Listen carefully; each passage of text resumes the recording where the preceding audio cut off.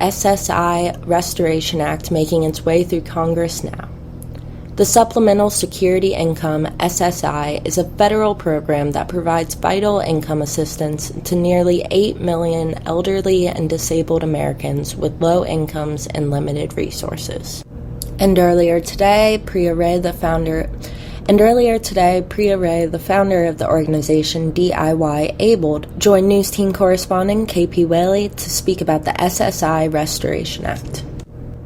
I appreciate you giving us some time today and talking about this important issue. But maybe we could begin, Priya, by just talking about DIYabled, and can you tell us about why you got involved with DIYabled and what your background story is? Yeah, definitely. Well, I'm in a band. Am I allowed to say the band's name? Yeah, absolutely. Okay. I'm in this band called Creamy Electric Santa that I started with my partner in the early 90s, and we were part of this network of touring bands, and this was before the internet and blah, blah, blah. We actually used landlines and call people and say, hey, we're coming to town. And they'd be like, okay, we're going to set up a show. And so I was part of this DIY network that really got connected in the 90s. And then in 1999, I fell and had a spinal cord injury. And after that, I want to say that I was fortunate enough to have the ability I have to continue to do what I love to do, which is being in the band, playing music, touring, and all that stuff. So I transitioned pretty easily into being not disabled, or being disabled from being non-disabled, because the fact that I think I was able to do what I was able to do before, and I was able to slip into that pretty easily with assistance and stuff, but still be able to do it. So really what was going on, I noticed, was I was in a rehab center, and they were like, the ADA, the American Disability Act, there's a law passed for you, and you have the right to have access to your community however you want. They have to build ramps and curb cuts and all this kind of stuff. So I was under this illusion that, the world is waiting for me, will be accessible for me in this wheelchair. And then I noticed that in the scene was not accessible scene, which, gave me the realization of there's this term ableism that disabled people, not disabled, it's a concept, it's, like racism, sexism, called ableism. Right. And it's like viewing the world from the perspective of not being disabled instead of, thinking like, there's disabled people in our communities. How do we include them? So I realized that the scene that I had been a part of for, at that point, probably 25 years or something, did not think of disabled people at all. And so I didn't really want to speak out immediately because I also wanted to have lived as a disabled person for more than a year or two before I started screaming and shouting about my rights, because I wanted to explore other parts of my community besides the DIY community. And I found that lots of places were inaccessible, not just this community I was a part of. So that motivated me to start DIYabled, to start first talking to the DIY community about how we can make our scene more accessible, and if it can't be accessible, how we inform people about accessibility as a courtesy to people in our community, and also how perhaps we could help a disabled person be a part of what we're doing and through community. And so while we have the ADA, the American Disability Act, the law, we know not everything is accessible, and it's our community that we need to depend on to make things work for us. So DIYabled is very focused on getting the community to think about it.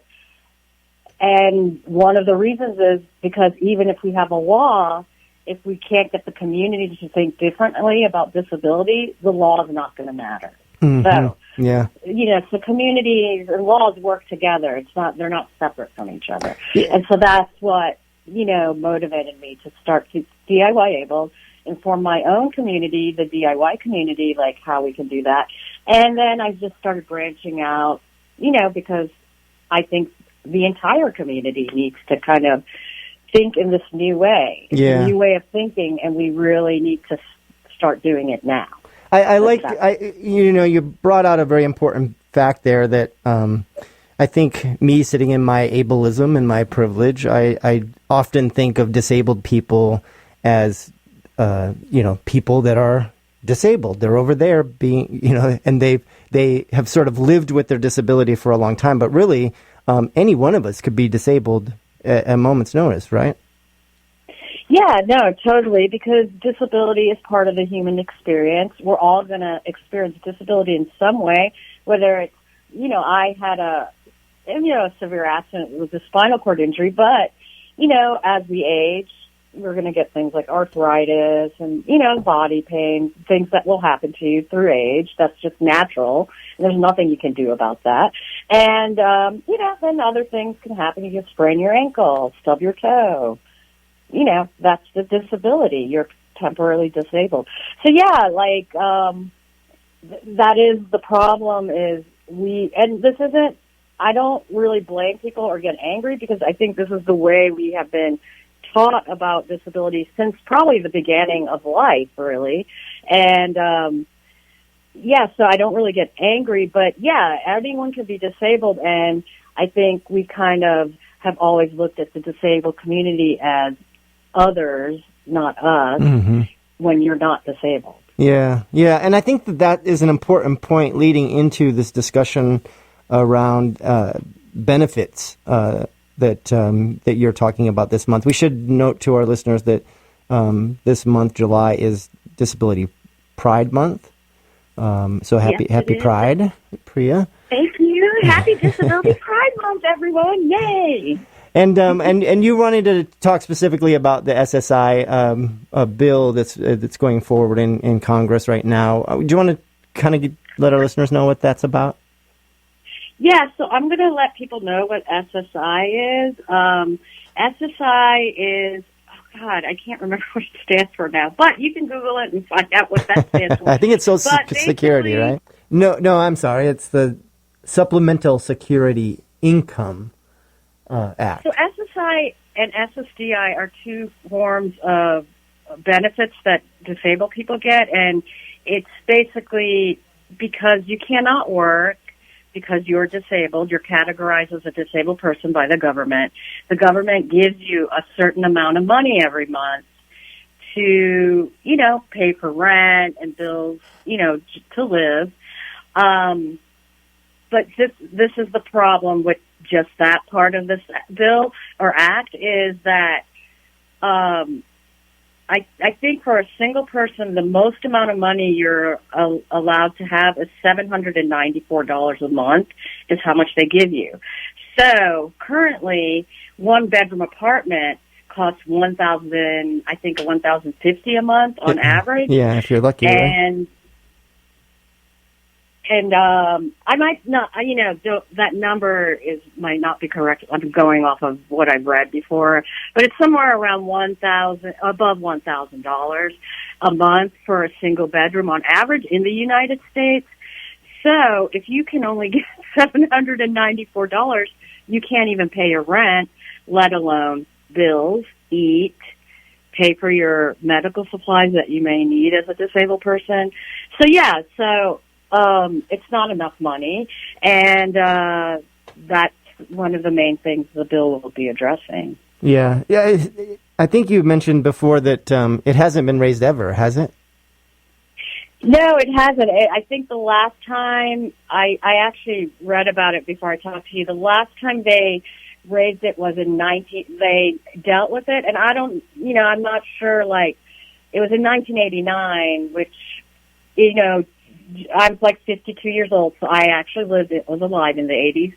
And anyone that was alive in the 80s knows what was happening in the 80s as far as giving people that needed money. Welfare was like really starting to like get cut down in the 80s because that was like the time. The Reagan era was all about like, not, welfare was not part of the program. So I don't even know if it was a fair amount of money in 1989. I don't really know, but I'm assuming it probably wasn't. So, yeah. I mean, I don't think $794 would have been low in 1989 as well.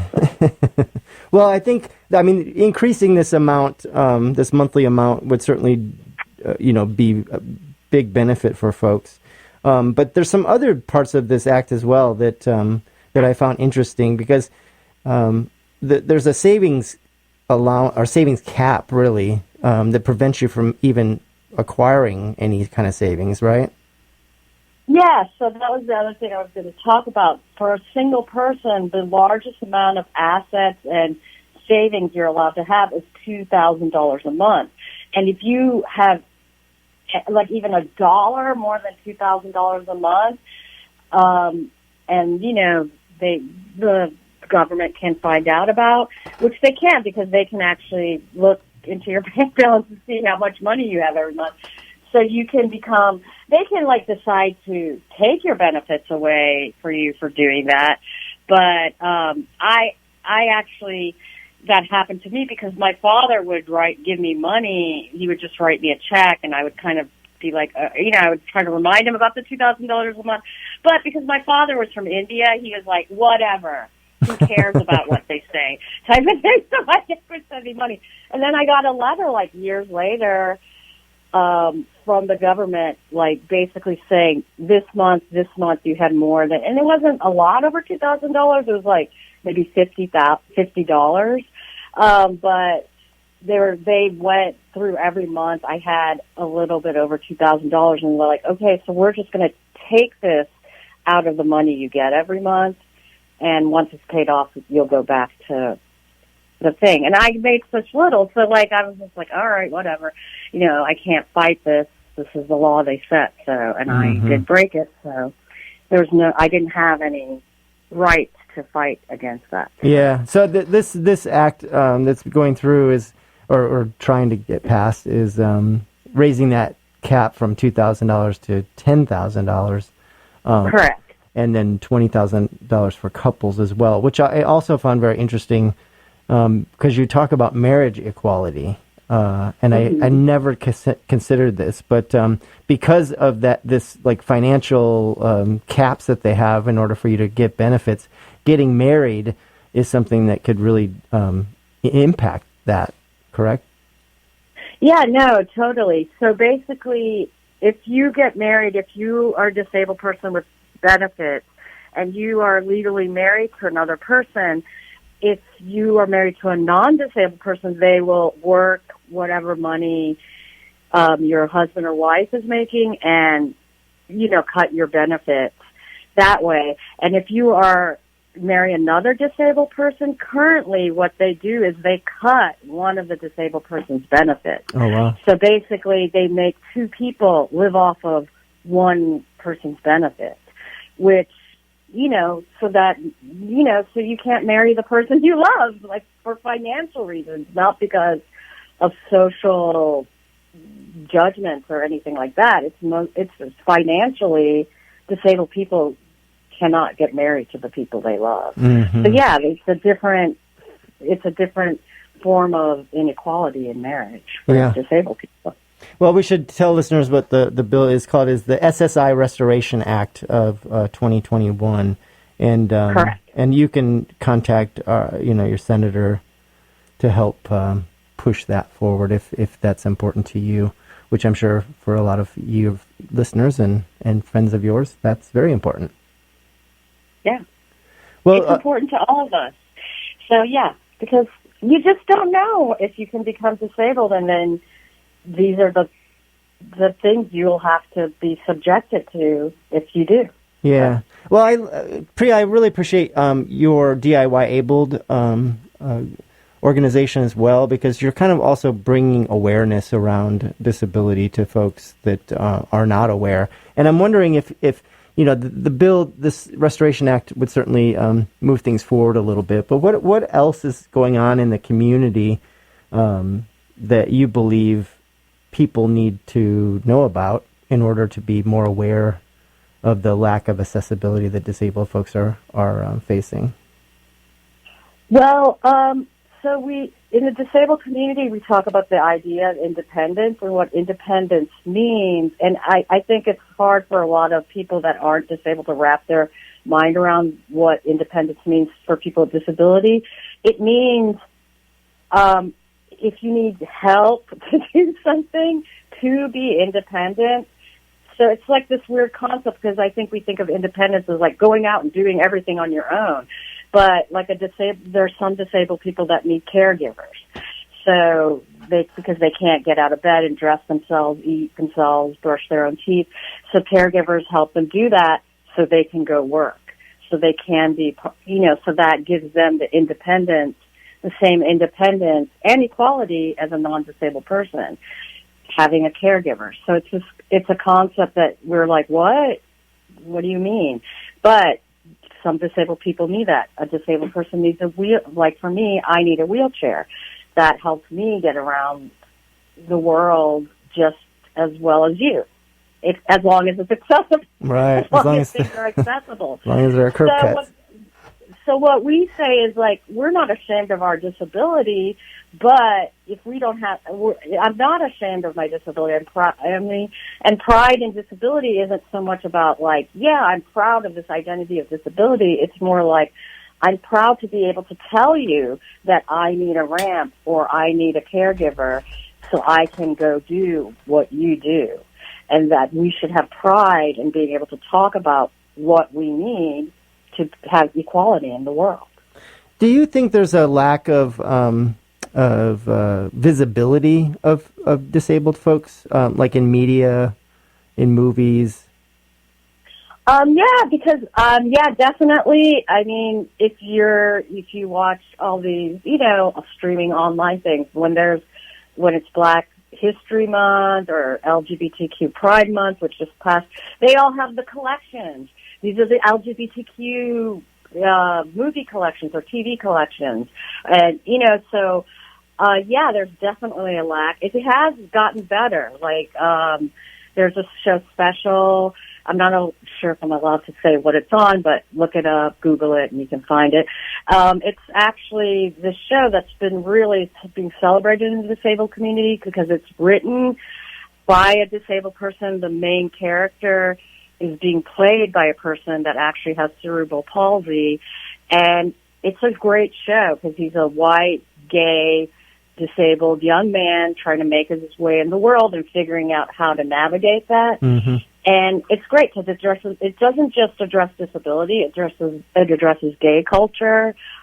His best friend's a young Indian woman, so it addresses what that's like. So it's not just about disability, which I think is so great because I often think the media tries to put any marginalized person, whether it's race, sexual preference or identity or ability, they'll be like, oh, look, and this is what this person's life looks like. This is what it could look like if you were one of these kinds of people, instead of normalizing it and being like, hey, this is a person, they happen to be a Black person with a disability and are gay.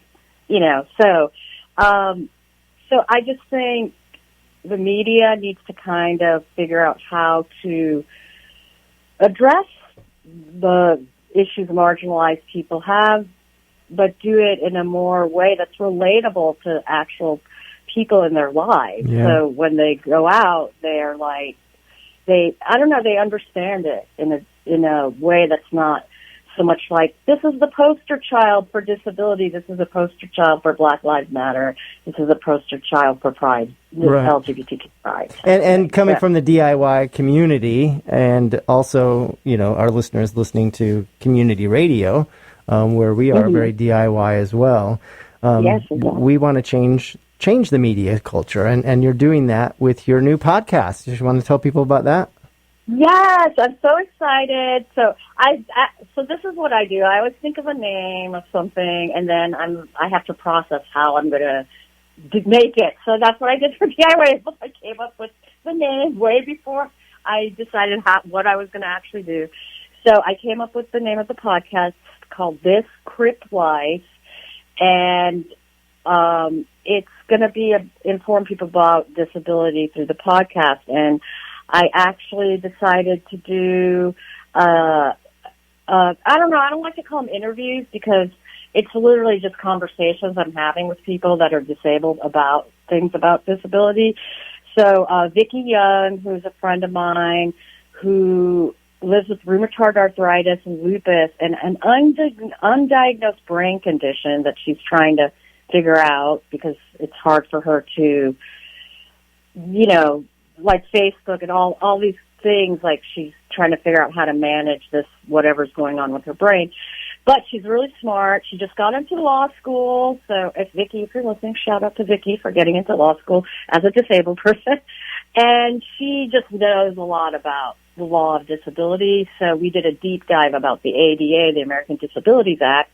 So yeah, please go listen to it. It's on the podcast page of the Asheville FM site. And, yeah, so that's what it is. And I decided to release it this month for Disability Pride Month. So I'll have other things. I just got approved for a standing wheelchair, which is a miracle that I got Medicare and Medicaid to pay for that because I was told it was going to be rejected by every single person. But I did a lot of things. It didn't come easy. I had to do a lot of things to make that happen, but what I did worked. And I interviewed my physical therapist, Barbara Kroom, who is a physical therapist for a seating clinic, which is basically a physical therapist that just specializes in wheelchairs and, you know, assistive devices. Because, you know, when you use a wheelchair full time, it's part of your body and it needs to be fit so you don't cause other problems with your body from sitting in a wheelchair that isn't supporting your body the way it should. So awesome. And again, so I interviewed her, yeah. And that will be on one of the podcasts. And I interviewed this young girl, Cassie Wilson, who started a nonprofit called Half Access, which is a resource to find out venues that how venues are accessible. And she goes through all accessibility, like lights, because light shows can affect people with epilepsy. And so, you know, she's thinking of all the different accessibility, not just ramps and, you know, the typical thing people think about. And so she's really great, and their organization's great. So I'm actually going to be on a panel July 31st discussing about being in a DIY band and being disabled and what accessibility looks like for me in that world. Awesome. Well, I'm so glad you spent some time with us today to talk about it. Also, I'm glad for the work that you're doing, and so proud of hosting this Crip Life, a show about the disabled lifestyle on Asheville FM's podcast page. So, Priya, Ray, thank you so much for joining us today, and happy Disability Pride Month. Thank you, and I want to say thank you for interviewing me. I'm honored to be on your show, KP, and thank you so much as well. That was